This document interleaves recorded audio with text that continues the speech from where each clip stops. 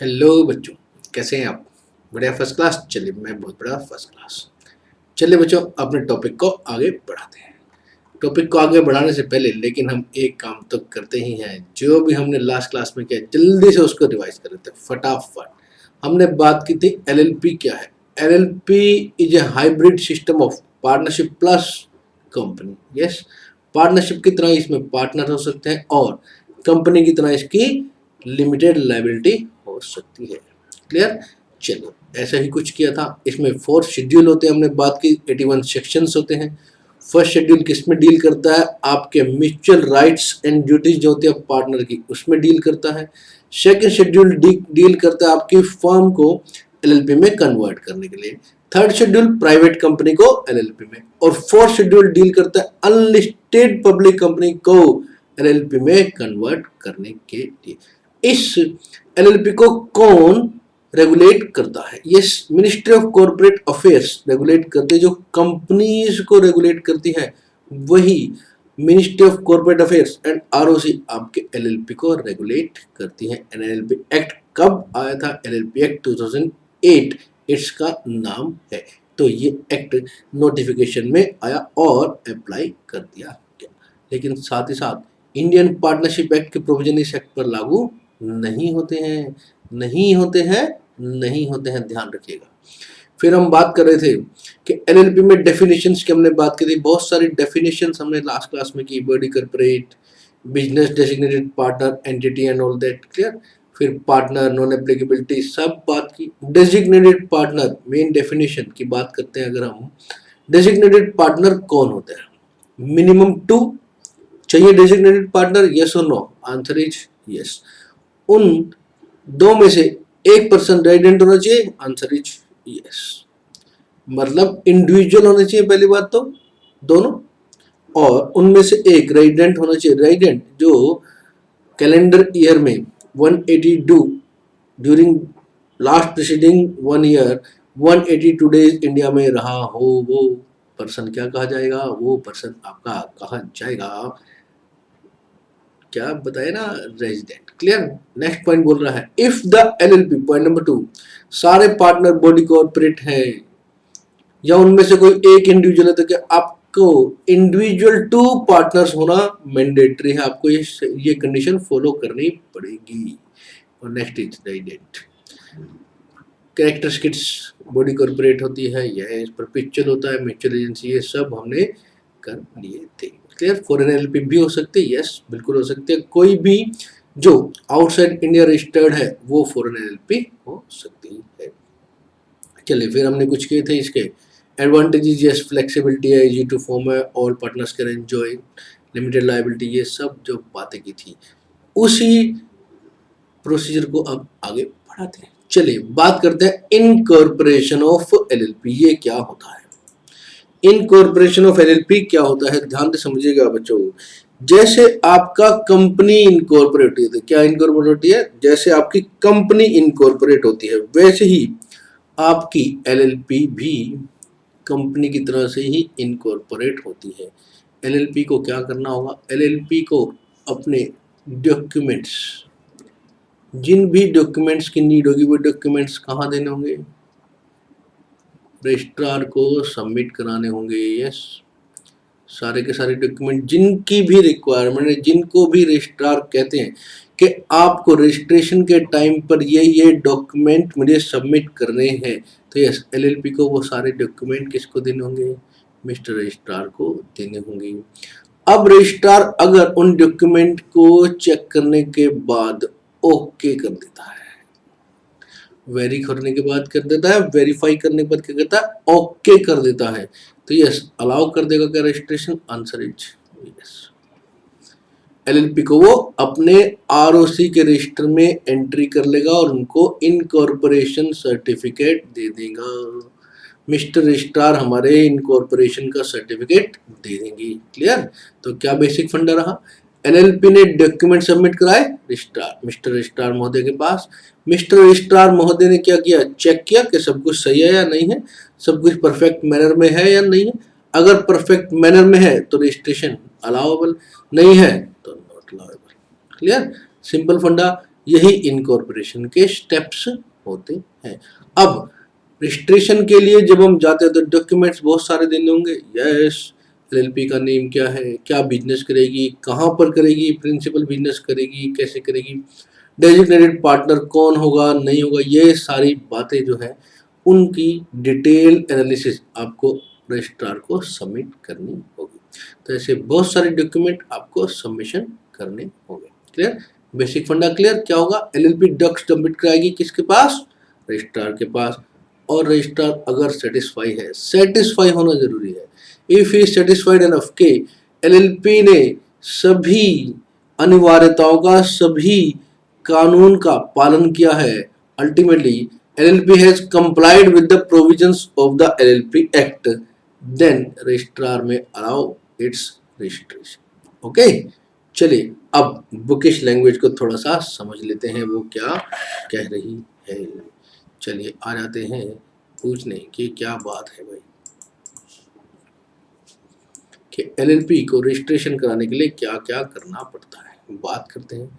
सबसे पहले तो LLP का जो बिजनेस है वो कैसा होना चाहिए, लॉफुल क्या अनलॉफुल, लॉफुल या अनलॉफुल। अरे सर कैसी बात कर रहे हो, लॉफुल बिजनेस ही तो करेंगे, अनलॉफुल बिजनेस अगर करेंगे तो क्या LLP कभी भी इनकॉर्पोरेट हो पाएगी, आंसर इज नो। तो first thing is that lawful business होना चाहिए, कौन सा बिजनेस चाहिए, लॉफुल बिजनेस होना चाहिए। और दूसरा प्रॉफिट मोटिव होना चाहिए। प्रॉफिट मोटिव के लिए आप LLP इनकॉर्पोरेट कर सकते हैं। नॉन प्रॉफिट मोटिव है आपका, प्रॉफिट मोटिव नहीं है, देन आप केवल NPO पे जाओ, उसको ओपन करो, उसको रजिस्ट्रेशन कराओ। There is no need to register LLP। Clear.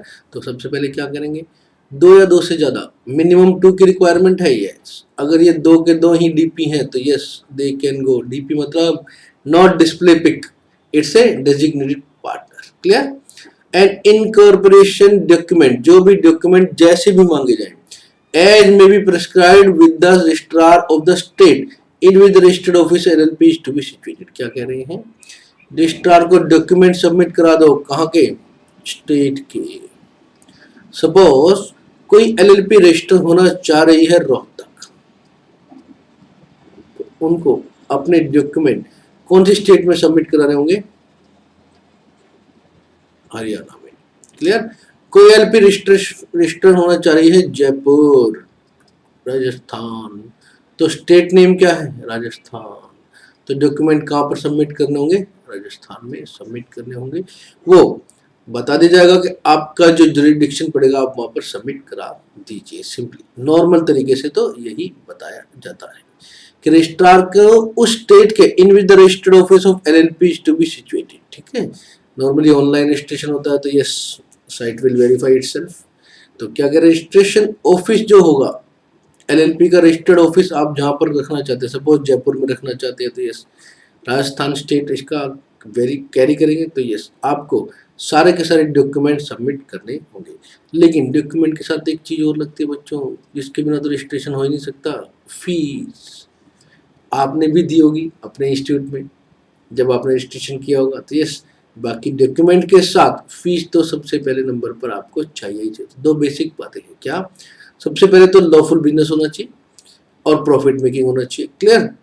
Second thing is, जिस भी मैनर में डॉक्यूमेंट मांगे जाए, जिस तरीके से मांगे जाए, जो तरीका आपको बताया जाए, एज में भी प्रेस्क्राइब्ड मतलब जो भी बताया गया हो, as per the norms, according to the time situation, जो भी डॉक्यूमेंट मांगे जाए वो डॉक्यूमेंट आपको सबमिट करने हैं। क्लियर। कहाँ पर करना है, स्टेट के पास करने हैं, उस स्टेट के रजिस्टर्ड ऑफिस में करने हैं जहाँ पर LLP अपना रजिस्टर्ड ऑफिस अपनाना चाहते हैं। अल्टीमेटली उस स्टेट में करना है जहाँ पर LLP अपना रजिस्टर्ड ऑफिस बनाना चाह रही है। एग्जाम्पल मैंने आपको दे दिया। एक और बताया तो सपोज कंपनी जो है अपना अहमदाबाद में LLP ओपन करना चाह रहे, तो इनका रजिस्टर्ड ऑफिस अहमदाबाद में अगर ओपन करना चाह रहे तो कौन सी स्टेट लगेगा, स्टेट लगेगा सर गुजरात। तो गुजरात में आप अपने इनकॉर्पोरेशन के डॉक्यूमेंट सबमिट कराइए। उसके मिस्टर रजिस्ट्रार जो होंगे कहाँ के होंगे, गुजरात के होंगे, उनको अपने डॉक्यूमेंट सबमिट करें। क्लियर। अब कहते हैं डॉक्यूमेंट कैसे कैसे क्या कौन कौन इसको वेरीफाई करेगा, सबसे जरूरी बात है बिल्कुल कंपनी की तरह से ही है। जैसे हमने कंपनी का इनकॉर्पोरेशन किया था, आपने वीडियो देखी होगी तो समझ में आ गया होगा, लेक्चर नंबर 10 ऑफ दैट। नहीं देखी होगी तो देख लीजिएगा तो भी क्लियर हो जाएगा। क्लियर, चलते हैं आगे। नेक्स्ट कह रहे हैं स्टेटमेंट टू बी फाइल, क्या क्या स्टेटमेंट फाइल की जाएगी। बिल्कुल जो भी स्टेटमेंट मांगी जाए इनकॉर्पोरेशन डॉक्यूमेंट्स के साथ, वो सारी स्टेटमेंट आपको देनी होगी। ये कौन बनाएंगे, या तो एडवोकेट बनाएंगे, या सीएस बनाएंगे, या सीए बनाएंगे, या सीएमए बनाएंगे। जो एलएलपी को इनकॉर्पोरेट करा रहे हैं, जो पर्सन स्टेटमेंट बनाएंगे वो कौन होंगे, CS CA, CS oblique CA oblique CMA oblique advocate. ये उसी मैनर में उसी तरीके में क्या करेंगे, एलएलपी की कोई स्टेटमेंट जिसकी भी नीड होगी रजिस्ट्रार को, वो ये बनाएंगे और रजिस्ट्रार महोदय को सबमिट करा देंगे। और क्या करें, एंड ये और ये वाला है हिंदी वाला, and by anyone who subscribed his name to the incorporation document. Yes, कह रहे स्टेटमेंट कोई भी फाइल कर देगा। यस, जो पर्सन सब्सक्राइब कर रहा है अपना नाम इनकॉर्पोरेशन डॉक्यूमेंट में, वो बिल्कुल अपने डॉक्यूमेंट आगे सबमिट करने के लिए रजिस्ट्रार को दे सकते हैं। क्या कोई डीपी में से डेजिग्नेटेड पार्टनर में से कोई एक पर्सन हो सकता है, बिल्कुल हो सकता है। Clear, that all the requirement of this act पूरी कर दी गई है, बिल्कुल कंपनी की तरह से ही है कि सारी की सारी बातें सारे के साथ फुलफिल है as per the provisions it has been complied with. सारे के सारे प्रोविजंस फॉलो कर लिए गए जैसे आपने मांगे थे। रिलेटेड टू इनकॉर्पोरेशन, उससे रिलेटेड जो मैटर्स हैं उसके बारे में आपने जो जो डॉक्यूमेंट मांगे थे वो सारे डॉक्यूमेंट हमने आपको सबमिट कर दिए हैं। अब कह लीजिए वो डॉक्यूमेंट कौन कौन से हो सकते हैं। सबसे पहले एलएलपी का स्टेट कौन सा होगा, एलएलपी आप कहाँ पर ओपन करना चाह रहे हैं, गुजरात में जा रहे हैं, राजस्थान में जा रहे हैं, हरियाणा में जा रहे हैं, कर्नाटका में जा रहे हैं, व्हाटएवर आपको स्टेट का नेम देना होगा। करिए प्रपोज बिजनेस एलएलपी आपको बताना होगा कि आप क्या बिजनेस के लिए ओपन कर रहे हैं अपना एलएलपी। कोई ना कोई बिजनेस तो करना ही चाहिए, and business includes every trade occupation service. आया, चलिए करिए नेक्स्ट बताएंगे address of the registered office. Registered office का एड्रेस क्या होगा, अब कोई ना कोई जगह पर तो अपना रजिस्टर्ड ऑफिस ओपन करेंगे ना, वहाँ पर रजिस्टर्ड ऑफिस, आरओ का रजिस्ट्रेशन ऑफिस, आरओ मतलब रजिस्टर्ड ऑफिस, या आरओ वो नहीं है जो हेमा मालिनी वाला केंट आरओ, नो, तो रजिस्टर्ड ऑफिस आपको ओपन करके बताना होगा कि कहाँ पर हम अपना रजिस्टर्ड ऑफिस बनाना चाह रहे हैं। नेक्स्ट करें state and name of address of each of the person who are to be partner of the LLP on incorporation। yes, LLP के incorporation के टाइम पर जितने भी पार्टनर्स हैं, जितने भी पार्टनर है लिखा हुआ ईच ऑफ द पर्सन, जो पार्टनर हैं किसके, एलएलपी के।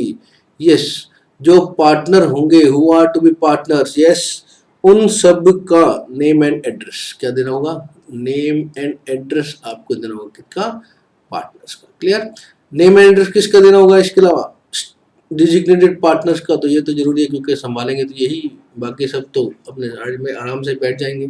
मेन बिजनेस तो डीपी को ही रन करना है।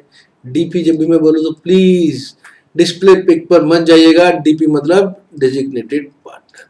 क्लियर, और जो भी इंफॉर्मेशन जो भी आपकी एलएलपी को लिए रिक्वायरमेंट है रजिस्ट्रार को, वो सारी इंफॉर्मेशन जो भी बता दी जाएगी एज मे प्रेस्क्राइब्ड वो आपको देनी होगी, और रजिस्ट्रार आपका सेटिस्फाई हो सकता है या नहीं भी हो सकता। Yes, two cases will be there, या तो रजिस्ट्रार सेटिस्फाई हो जाएगा तो आपका रजिस्ट्रेशन कर देंगे, अगर रजिस्ट्रार सेटिस्फाई नहीं हो तो रजिस्ट्रेशन नहीं करेंगे। पक्का, चलिए इसी पॉइंट को आगे बढ़ाते हैं कि अगर कोई भी पर्सन स्टेटमेंट जैसे देता है, कैसी देता है, गलत देता है, जानबूझकर जानता है कि मैं झूठी इंफॉर्मेशन दे रहा हूँ, गलत बात बता रहा हूँ, और उसको भी पता है जो मैं बोल रहा हूँ वो सच नहीं है, अल्टीमेटली फ्रॉड कर रहा है, ये फ्रॉड का ही तो केस बनता है। यस, आपको पता है जो आप बता रहे हैं वो सच नहीं है, इट कॉल्ड फ्रॉड। तो कह रहे वो पनिश हो जाएगा कितने समय के लिए, इम्प्रिजनमेंट मतलब जेल की रोटी खानी पड़ेगी, जेल का पानी पीना पड़ेगा, अब तो जेल में आना पड़ेगा। कितने साल के लिए, 2 साल मैक्स टू मैक्स।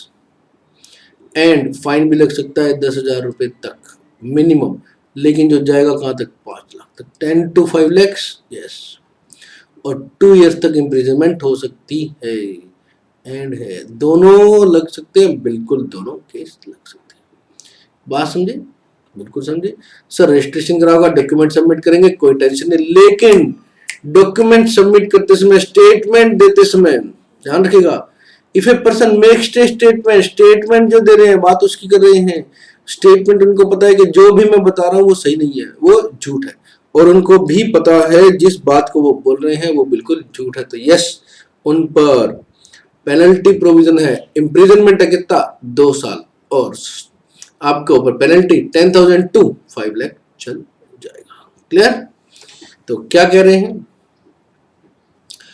आपने जो जो रिक्वायरमेंट मांगी, अगर हमारे रजिस्ट्रार महोदय को लगा आपने सारी शर्तें पूरी कर दी हैं, कोई दिक्कत नहीं है, तो वो आपको 14 डेज के अंदर अंदर रजिस्ट्रेशन सर्टिफिकेट आपको अलाउ कर देगा और आपकी एलएलपी को रजिस्टर कर देंगे। कितने दिन में, with in a period of 14 days के अंदर अंदर वो आपको अलाउ कर देंगे और सर्टिफिकेट दे देंगे, एक सर्टिफिकेट ऑफ इनकॉर्पोरेशन, COI बोलते हैं, सर्टिफिकेट ऑफ इनकॉर्पोरेशन। इस सर्टिफिकेट ऑफ इनकॉर्पोरेशन में क्या रहती है, डेट रहती है, सबसे पहली बात तो डेट रहती है, किस डेट को हमारा इनकॉर्पोरेशन हुआ है, और नेम एड्रेस सब रहता है। क्लियर। रजिस्ट्रार जो है इस सर्टिफिकेट के ऊपर क्या सिग्नेचर करेंगे, आंसर इज यस, सिग्नेचर के करने के बाद ही तो ऑथेंटिसिटी होगी, तो यस क्या कह रहा है, certificate issued shall be signed by registrar and authenticated by his official seal, stamp लगेगा, ऑफिशियल सील लगेगा, तभी तो रजिस्ट्रेशन वैलिड होगा, अदरवाइज वो डॉक्यूमेंट जो रजिस्ट्रेशन का डॉक्यूमेंट है वो वैलिड नहीं होगा।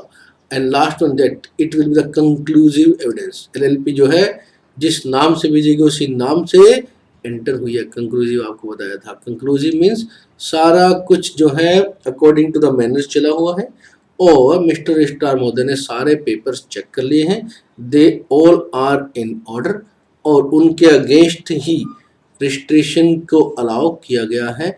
Now registration certificate will be called as conclusive evidence and nobody can challenge the validity of the incorporation certificate, nobody can change the validity of the incorporation certificate। Clear. अब चलते हैं आगे, बात समझ आ गया रजिस्ट्रेशन कैसे करना होगा। नेक्स्ट कहते हैं जी, क्या रजिस्टर्ड ऑफिस बताना पड़ेगा, बिल्कुल बताना पड़ेगा। क्या उसमें कोई चेंज हो जाए वो भी बताना पड़ेगा, बिल्कुल बताना पड़ेगा। सपोज आज मेरा रजिस्टर्ड ऑफिस है सेक्टर 10,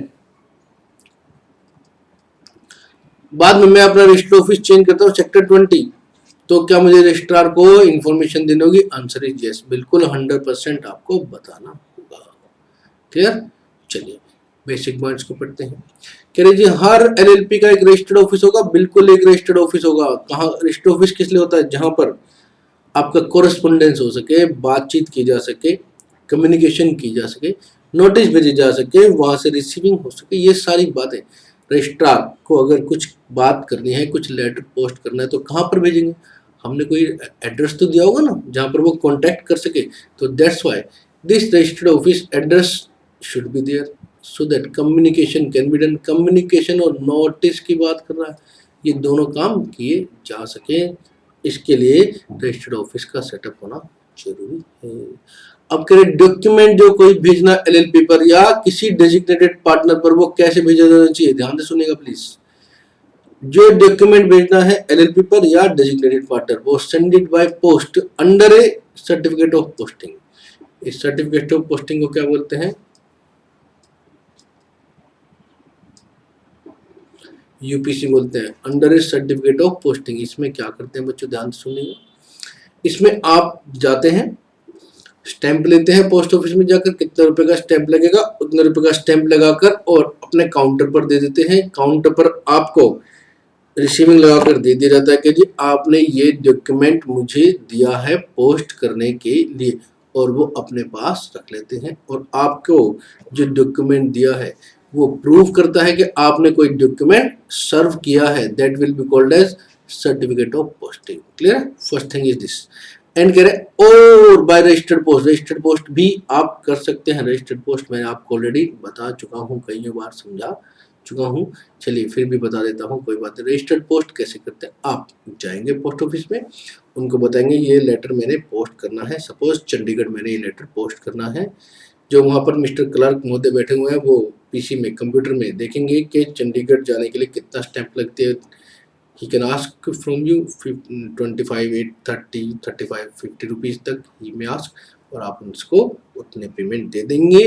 फिर वो एक छोटा सा एक आपके स्लिप निकालेंगे और वो स्लिप जो है उस पर पेस्ट कर देंगे और आपका रजिस्ट्रेशन, आपका जो है रजिस्टर्ड पोस्ट वो हो जाएगा। फिर वो आप अपने चैनल के थ्रू उस पोस्ट को जहाँ पर भी आपने रजिस्ट्रेशन के, जहाँ पर भी आपने वो लेटर भेजना है वहाँ पर वो भेज देते हैं, और चंडीगढ़ में दूसरा पोस्टमैन जाकर बेल बजाता है टिंग टोंग, और जाकर एड्रेस जो है वहाँ पर दे देता है। ठीक है, तो ये सब बातें मैं किस लिए बताई कि कोई भी डॉक्यूमेंट सर्व करना है रजिस्टर ऑफिस, किसको सर्व करना है, अपने रजिस्ट्रार महोदय को करना है या किसी को भी करना है, तो ये कैसे करेंगे, किसी भी पार्टनर पर, या तो यूपीसी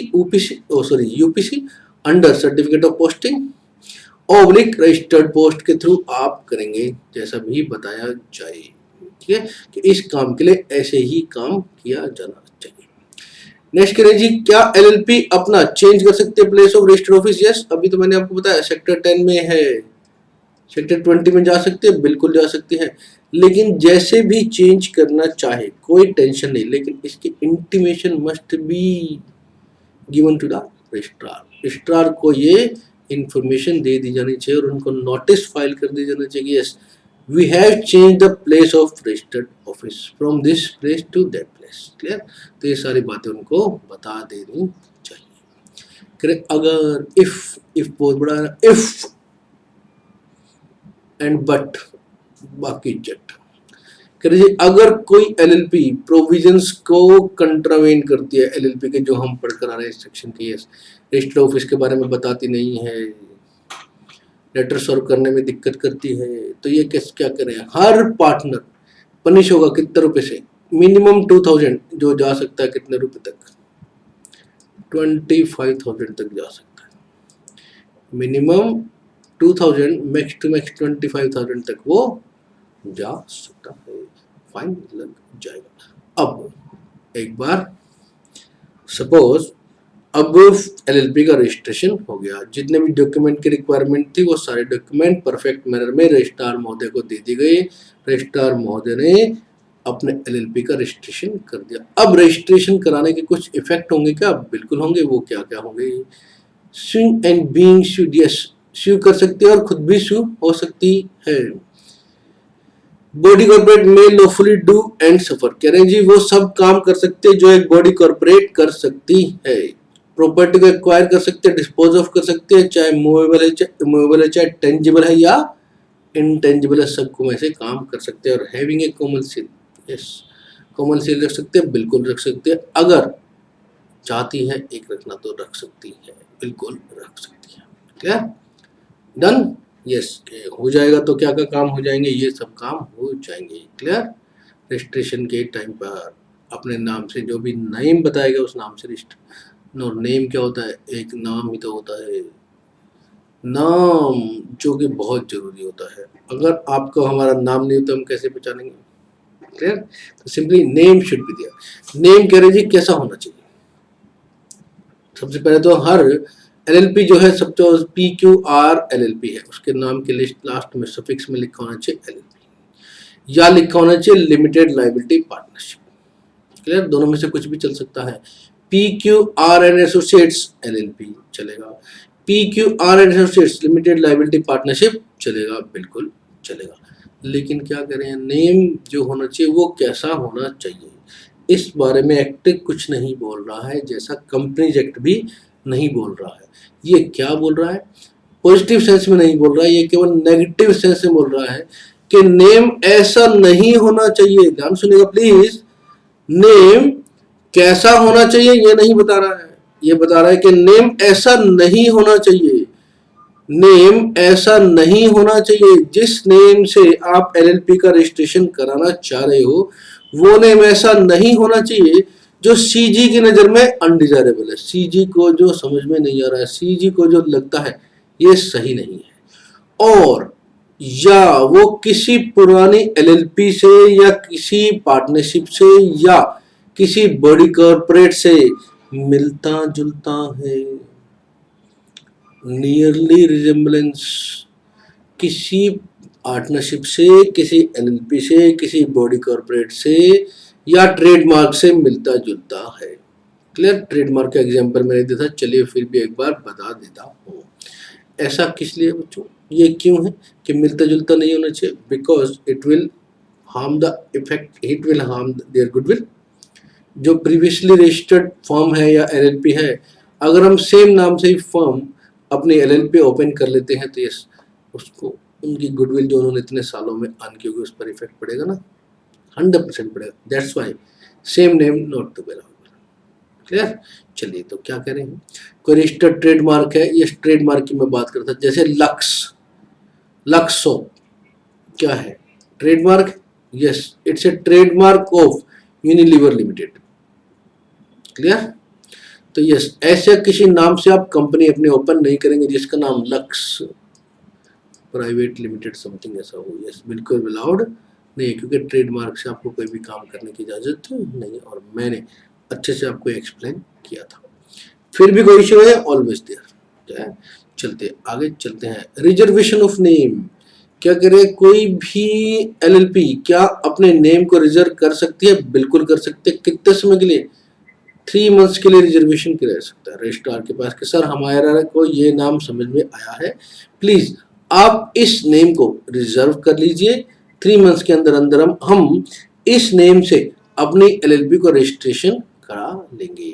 ध्यान सुनेगा, आज हमको कुछ अच्छा लगा नेम, लेकिन अभी प्रोसीजरल पार्ट में थोड़ा समय लग रहा है, तो क्या कहते हैं, सर रजिस्ट्रार सर, रजिस्ट्रार कहते हैं क्या है, तो रजिस्ट्रार सर सुनिए तो सही प्लीज, नेम हमको पसंद है, नेम हमको समझ में आ गया है, अब इस नेम को आप 3 मंथ तक के लिए हमारे लिए, 3 मंथ तक और हमारे लिए इनको आप रजिस्ट्रेशन कर लो। उसके बाद अगर हम रजिस्ट्रेशन करा लेते हैं तो हमें दे दीजिएगा, नहीं कराते तो ये नाम आप किसी और को दे दीजिएगा। रजिस्ट्रार मध्य कहते हैं ओके, क्या कहते हैं, ओके। चलिए इसी बातों को पढ़ते हैं। A person may apply in such form and manner accompanied by such fee, fee तो हर जगह लगेगी बच्चों, चिंता नहीं करो, बिना फी के तो गवर्नमेंट डिपार्टमेंट में क्या किसी भी जगह पर कुछ नहीं होता है। जितनी भी फी बताई जाए या प्रेस्क्राइब की जाए to the registrar for reservation of name, जो भी एप्लीकेशन में रिजर्वेशन नेम बताया गया कि इस नेम की इतनी फीस है, यस वो आपको देनी होगी। क्या कहेंगे, name of the proposed LLP, yes आप कोई एलएलपी को बनाना चाह रहे हैं, उस एलएलपी के नेम के लिए आप रजिस्ट्रेशन करा रहे हैं, या ऑलरेडी आपकी कोई एलएलपी बनी हुई है उसका नेम आप चेंज करा रहे हैं। पहले था राम, अब बोल रहे हैं रामा एंड एसोसिएट्स एलएलपी। पहले था राम एंड एसोसिएट्स एलएलपी, अब चेंज कर रहे हैं Rama and associates LLP. Yes, it will be called the change of name, तो आप चेंज कर सकते हैं। अब इस बारे में क्या होगा, सिंपली अब क्या कहते हैं, अगर रजिस्ट्रार को लगेगा जो नेम है आपका वो किसी भी तरीके से अनडिजायरेबल नहीं है, मिलता जुलता नहीं है, कोई टेंशन नहीं है, तो वो आपके नेम को रिजर्व कर लेंगे। कितने पीरियड के लिए? For the period of 3 months के लिए, बिल्कुल वो आपके नेम को रिजर्व कर सकते हैं, लेकिन उसके लिए आपको फी तो देनी होगी, वो already we have done that. Clear? तो आप नेम रिजर्व करा सकते हैं, 3 months period is allowable. 3 months के बाद वो नेम आपके लिए नहीं रह पाएगा, वो किसी और पर्सन को मिल सकता है। क्लियर? तो आपको रिजर्वेशन पीरियड कितना देगा नेम के लिए? 3 मंथ्स की इंफॉर्मेशन, 3 मंथ्स का period from the date of intimation by the registrar, जिस दिन रजिस्ट्रार महोदय ने इंटीमेशन दे दी कि your name has been reserved for a period of 3 months, उस दिन से 3 महीने के लिए आपका नेम रिजर्व कर लिया जाता है। क्लियर? अब थोड़ा सा आगे चलते हैं। Change of name of LLP, simply कभी ऐसा हो जाता है, गलती से भी हो जाता है कि जो नेम आपको दिया गया वो नेम रजिस्ट्रेशन हुआ, कोई भी नेम रजिस्टर नए नाम से आया चाहे पुराने नाम से आया, वो हो सकता है किसी पुरानी एलएलपी से या फर्म से या आपके बॉडी कॉर्पोरेट से मिलता जुलता हो, या अनडिजायरेबल हो, कोई भी हो सकता है। पहला अनडिजायरेबल हो, दूसरा मिलता जुलता हो। वो नेम अगर अलाउड कर देगा तो सेंट्रल गवर्नमेंट यस क्या करेगी, सेंट्रल गवर्नमेंट कहेगी एलएलपी को, एलएलपी अपना नाम बदलने का, एलएलपी अपना नाम बदल, मतलब प्यार से बोलेगी, ऐसे नहीं बोलेगी, एलएलपी को बोलेंगी सेंट्रल गवर्नमेंट यस क्या कहेंगे, आप अपना नेम चेंज कर लीजिए और जितने भी प्रोसीजरल पार्ट आपको करने हैं मैक्स टू मैक्स 3 मंथ्स में आप अपना नेम चेंज कर लीजिए, या उससे ज्यादा पीरियड अगर देना है तो ये सीजी चाहे तो दे सकती है। After the date of direction और such longer period the central government may allow yes, normally 3 months का टाइम पीरियड आपको देते हैं, आप चाहें तो अपना नेम बदल लीजिए, ऐसा कहेगी, या कि आपको बदलना ही पड़ेगा, बदलना ही पड़ेगा, चाहे नहीं, सही सीजी की इच्छा है, चाहे कि नहीं चाहे। सीजी चाहे तो बोल सकती है, सीजी नहीं चाहे तो नहीं बोल सकते कि नाम बदलने की जरूरत नहीं है, you may continue with this name. लेकिन अगर सीजी कहे कि आपका नेम जो है वो यस पुरानी एलएलपी से या बॉडी कॉर्पोरेट से मिलता जुलता है, इसको बदल लीजिए, इससे गुडविल इम्पैक्ट हो रही है, तो yes you have to change the name, या कोई नेम आपका अनडिजायरेबल है, in that cases also you have to change the name within a period of 3 months. 3 months के अंदर अंदर आपको चेंज करना होगा। कह रहे जी जितने भी काम हम ऊपर पढ़ कर आए कि आप चेंज नहीं करते हैं, बताते नहीं हैं, मिलता जुलता नाम रख लेते हैं, ठीक है, तो आपके ऊपर क्या प्रोविजन लगेंगे, क्या आपने सब काम बहुत अच्छे किया है, आप मोदी जी से लड़ रहे हैं भैया, प्यारे मित्रों, आप मोदी जी के साथ लड़ाई कर रहे हैं तो क्या होगा, आपको सजा हो सकती है, आपको सजा हो सकती है, बिल्कुल हो सकती है, और आप पर फाइन भी लगाया जा सकता है। क्लियर, यस, कह रहे जी shall be punishable with fine, बिल्कुल फाइन लगाया जाएगा, कितना, मिनिमम 10,000 टू 5 लाख तक जाएगा, 10 to 5 लाख तक आपको फाइन देना पड़ सकता है अगर आप बात नहीं समझते हो, मानते नहीं हो, डायरेक्शन फॉलो नहीं करते हो रिलेटिंग टू द नेम जो हम अभी देर से पढ़ रहे हैं। या डेजिग्नेटेड पार्टनर जो है ये तो एक एलएलपी ऊपर लगेगा, एलएलपी के ऊपर लगेगा ही लगेगा, प्लस में जो डीपी होंगे, डीपी कौन होंगे, एज द डायरेक्टर, जैसे कंपनी में डायरेक्टर होते हैं वैसे ही इनमें क्या होते हैं, डीपी होते हैं। डीपी का पनिशमेंट दिया जाएगा, बिल्कुल पनिश किया जाएगा, कैसे किया जाएगा, फाइन लगाया जाएगा जो कितना होगा, मिनिमम 10,000 टू 1 लाख, एलएलपी पर कितना 10 to 5 लाख, और डीपी पर कितना 10,000 टू 1 लाख तक फाइन लगाया जाएगा। क्लियर, अब बात करते हैं थोड़ा सा इनकॉर्पोरेशन के स्टेप्स जो बताए हुए, ध्यान से देखिएगा। First step to incorporate LLP is reservation of name, name तो रिजर्वेशन करना ही है। Applicant to file e form, form number 1 submit करना पड़ता है नेम के लिए, नेम सबमिट करने के बाद यस फॉर्म नंबर 2 ई फॉर्म नंबर 2 सबमिट करना पड़ता है इनकॉर्पोरेशन के लिए।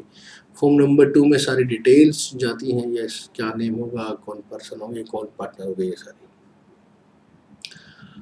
एलएलपी का एग्रीमेंट भी होगा, यस वो तो चाहिए ही चाहिए, मैंडेटरी है, बिल्कुल मैंडेटरी है। एलएलपी एग्रीमेंट भी आपको रिक्वायरमेंट है, आपको फाइल कराना होगा रजिस्ट्रार के पास within 30 days of incorporation of LLP. आपको ई फॉर्म 3 में ये रजिस्ट्रेशन सर्टिफिकेट के बाद आपको 30 दिन का टाइम देता है कि आप अपना एलएलपी का एग्रीमेंट सबमिट करा दीजिए रजिस्ट्रार के पास।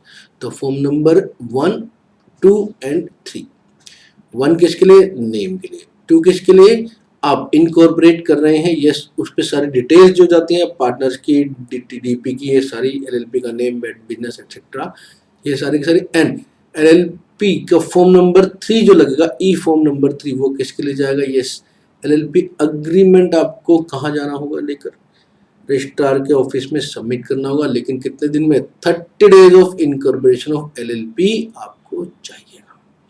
क्लियर, बेसिक बातें आपको अच्छे से ध्यान रखनी, अच्छे से पढ़ने, बस सुनते रहिएगा, समझते रहिएगा और टेस्ट देते रहिएगा, तो आपको अच्छे से सारी चीजें क्लियर होती चलती रहेंगी। क्लियर, चलिए आज के लिए इतना ही, फिर मिलते हैं नेक्स्ट क्लास में, till then thank you very much, take care, bye.